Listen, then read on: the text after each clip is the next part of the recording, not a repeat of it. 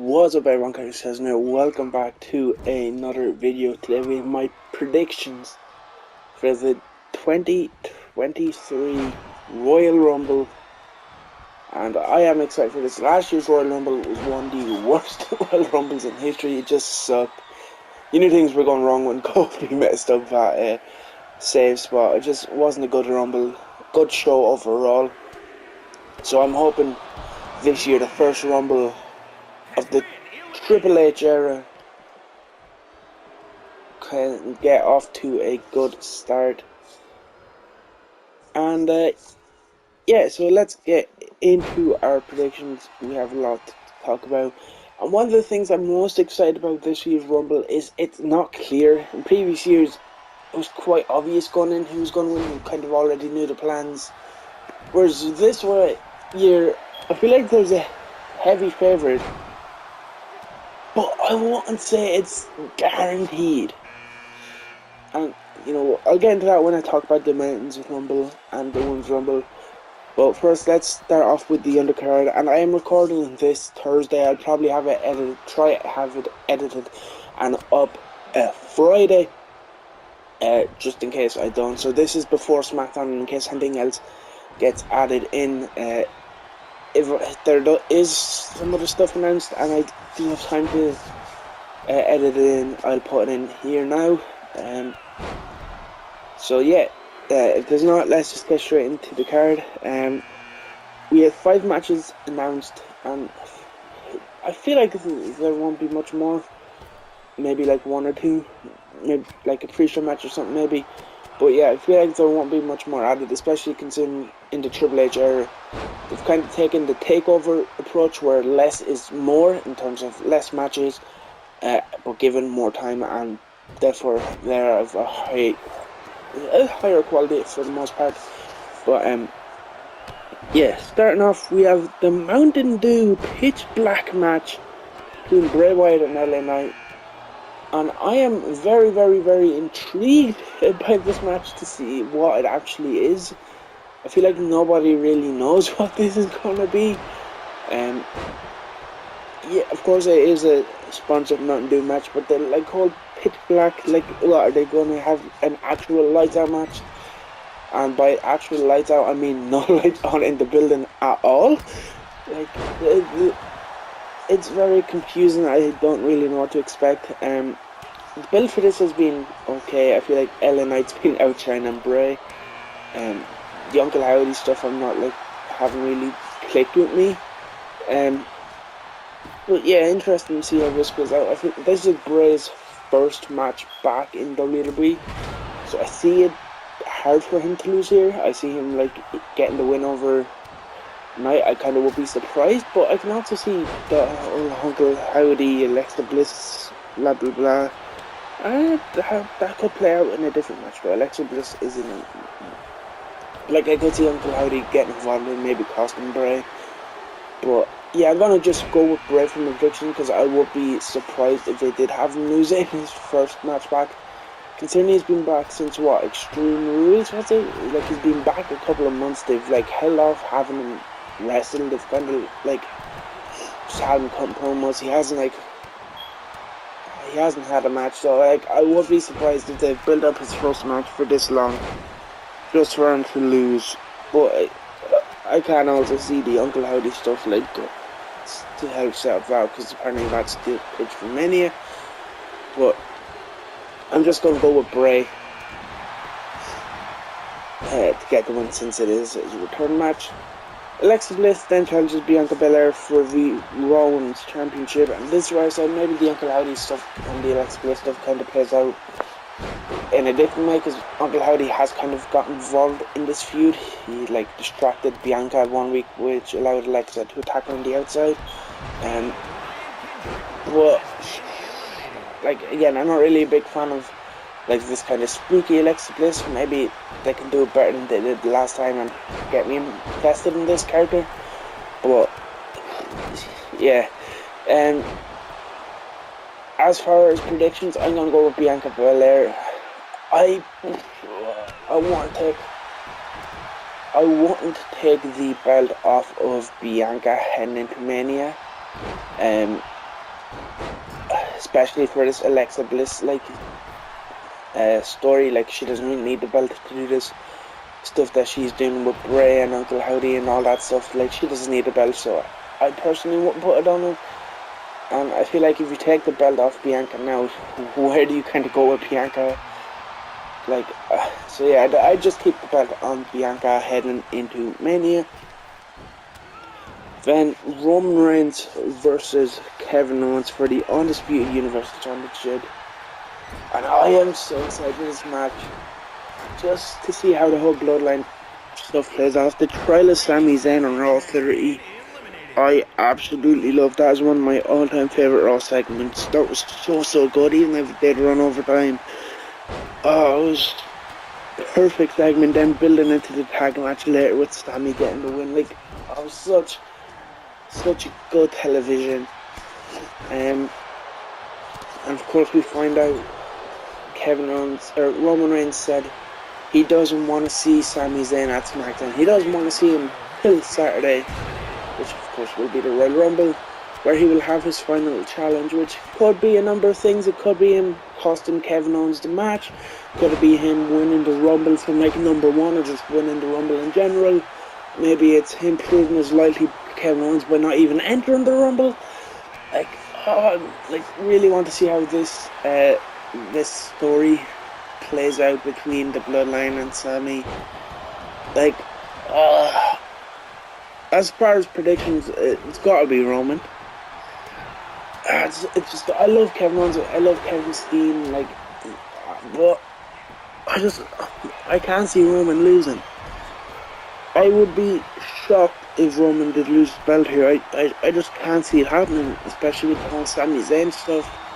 But you could have, Sami costs Roman and Kevin becomes champion, but yeah, I just don't see that happening. I just can't see Roman Reigns not walking out of Royal Rumble and heading into WrestleMania with both belts, or with the Undisputed WWE Championship. Maybe they could split them up along the line, but yeah, I can't see Roman losing here. Now into the Royal Rumble matches. One of the best things all year, unless it's last year's Royal Rumble, which just absolutely sucked. We're going to start with the Women's Royal Rumble, and as of recording, only 7 out of the 30 entrants have been announced.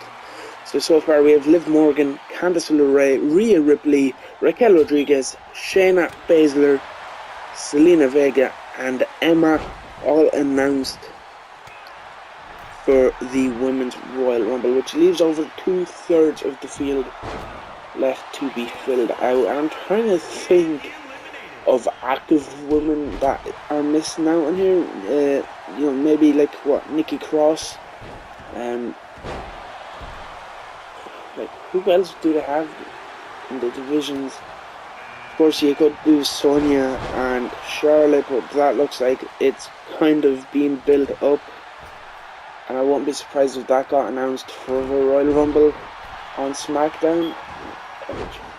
Even if it does, spoiler that Charlotte will beat Sonya. But yeah, looking at this field, there is a lot of, and I feel like it's the same for the Women's Rumble every year, where it is very thin and they do have to make it up with surprises, with legends, with NXT people. And it's going to be more the same this year. And apparently, Fightful and all are saying that when legends pitched coming back for the Rumble, they've been told by WWE, we're looking for unconventional surprises. Whatever that means. Could that mean like what they did with Mickie James last year, where she's with TNA, she showed up with the Impact belt to wear TNA music? Do they mean unconventional that way? And could that mean Kyrie, for example, as a name people have been saying that they would like to see? It's not really a name I've been saying as rumoured, but just more people would like to see. Because maybe New Japan or WWE want for letting them have Carl Anderson. And if reports are to believe that AJ Styles was going to show up at Wrestle Kingdom before his injury. with Anderson. So like maybe you could see like Kyrie or someone from Stardom. Kyrie is probably the most likely because she has that name in WWE, but I don't really know. But yeah, I can see being a lot of NXT people. You know, you're like Toxic Attraction, even though they're going for the NXT belt, so maybe they won't. You know, being Irish, I'd like to see Lyra Valkyria in the Rumble. Yeah, in terms of predictions, I feel like this is the most obvious. No, it's not even obvious. It's got to be Rhea Ripley, right? It's out of all the names I have in front of me, Rhea's the only one that stands out. Like, I'm a big Candice LeRae fan. I've loved Candice since she was like in PWG, and I'd love to see her win the Rumble, but she's not really done much since coming back. Emma, what has she done since coming back? You know, Baszler hasn't been built up to win. Maybe you could say Liv has, because the whole crazy, oh, I'm coming from number one. You could say Raquel's kind of being built up, but like Rhea's the only one I realistically see winning this. Unless it's like Vince McMahon pulls something and says no, Ronda Rousey or Charlotte Flair win this. Like, it's really hard to see someone other than Rhea Ripley. You know, she's one of the best characters on all of the WTV with the whole mommy stuff with Dominic and the like Judgment Day. Like, I find it really hard not to see Rhea Ripley winning the 2023 Women's Royal Rumble. And moving over towards the Men's Rumble, we have 15 out of the 30, so half the field has been announced again as of recording. They are Kofi Kingston, Santos Escobar, Ricochet, Austin Theory, Seth Freakin' Rollins, Bobby Lashley, Baron Corbin, Rey Mysterio, Gunther, Cody Rhodes, Omos, Drew McIntyre, Sheamus, Braun Strowman, and Karrion Kross. See, there's like a lot of people on the roster that you could fit in there still, like the you know, seeing Rey Mysterio, you could fit Dominic in there, and I'd like to see a spot where like Dominic eliminates Rey from the Rumble or Rey eliminates Dominic. I'd like to see something there, even though Dominic isn't one of the names announced. That would just be it. Seeing it on my screen there, Edge entering the Rumble, I feel like he's a very high possibility considering there's been talk of him like coming back from Mania. You could see him. You could also see Beth Phoenix in the Women's Rumble. I didn't mention that, but yeah, I feel like this year Cody Rhodes, of course, is the odds-on favourite, and I won't be angry with Cody. I feel like Cody's good, and I would like to see him eventually win the WWE title. But how can you not have Sami Zayn? I guess, like, I get the argument that, oh, well, Elimination Chamber is Montreal, Sami's from Montreal, you won't have the pop there. But, oh, how can you not just have Sami win the Rumble? Give the fans what they want. Like, I love, this is just like fantasy booking. Imagine Roman goes, alright Sami, prove your loyalty, don't enter the Rumble. But then El Generico enters and wins the Rumble, which then you can have Sami trying to deny that he's El Generico. You put someone under the Generico match and have him face Sami. All this stuff. Eventually, it does get revealed that it is Sami, and you know, we get Sami and Roman. Like, oh, you know, that would be. They wouldn't do that though. I feel like they wouldn't do the Generico angle, but like that's just something you could do. And like, even if you want to pop in Montreal, have Sami, like Roman say, alright, your challenge is win the Rumble and lie down for me at WrestleMania.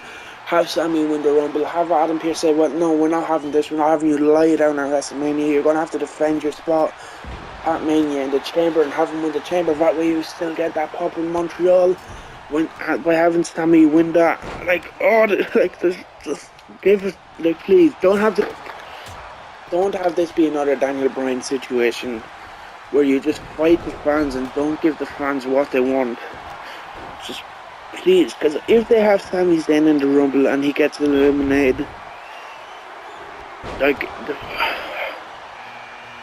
I don't know, like it's I can like please give the fans what they want. But like yeah, you could have Sami. Also maybe talk of maybe Rock. I know he was being rumoured to face Roman, but then reports are coming out saying, "Oh, Rock doesn't think he'll be ready for Mania," but that could just be like a false like thing that he's put out there to throw people off. Like I still won't rule out The Rock. Maybe there's reports that once Rock was out, they went to Steve Austin, so maybe you could have Stone Cold in the Rumble and win it. Like, oh, I love that. It's not obvious. I love that there's legit 4 or 5 different ways, and you don't know which route they're gonna take.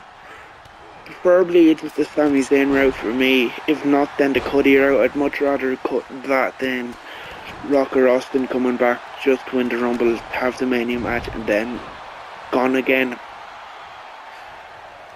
Like, use the Rumble to make Sami Zayn. Use the Rumble to establish Cody as a top guy.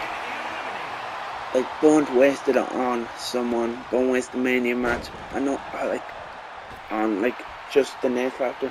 If you were to do Rock and Roman, you don't need the belts involved in that. You don't even need the belts involved in Austin and Roman, because what's going to happen? Roman retains and continues his run, or are you going to put the belt on Rock and Austin? But yeah, in terms of predictions, I'm really hoping it's Sami, but I feel like it's going to be Cody. But I'm going to go with my heart for my prediction. I'm going to say Triple H in his first Rumble, he's going to give the fans what they want.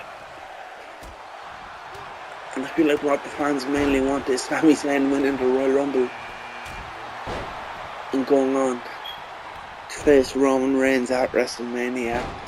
And as I said, there's ways around it where you can still get a big pop in like Montreal. Like, I'm excited. After the disappointment of last year's Rumble, I'm excited. I'm interested to see, like as I said, only half the men's Rumble has been announced. Less than a third of the women's Rumble has been announced. So there is going to be some surprises. Some maybe not so much surprises where they're just like members of the roster who haven't been announced filling gaps, like a Titus O'Neil or someone. But then it could be like a Stone Cold Steve Austin. It could be like a Jay White whose contract could or could not be up soon in New Japan. Like, I'm very interested to see who's in the both Rumbles. I'm very interested to see who wins both Rumbles. And I feel like this is a real test, especially with talks of like Vince being back. I feel like this could be a real test to see what if Triple H is still in charge, and if Triple H is giving the fans what they want. So yeah, I'm very interested to see how this plays out. Let me know in the comment section below your predictions for the 2023 Royal Rumble. Who do you think's showing up? Who do you think's winning it? All this stuff. Subscribe if you're not. Leave a like, and I'll see you in the next one.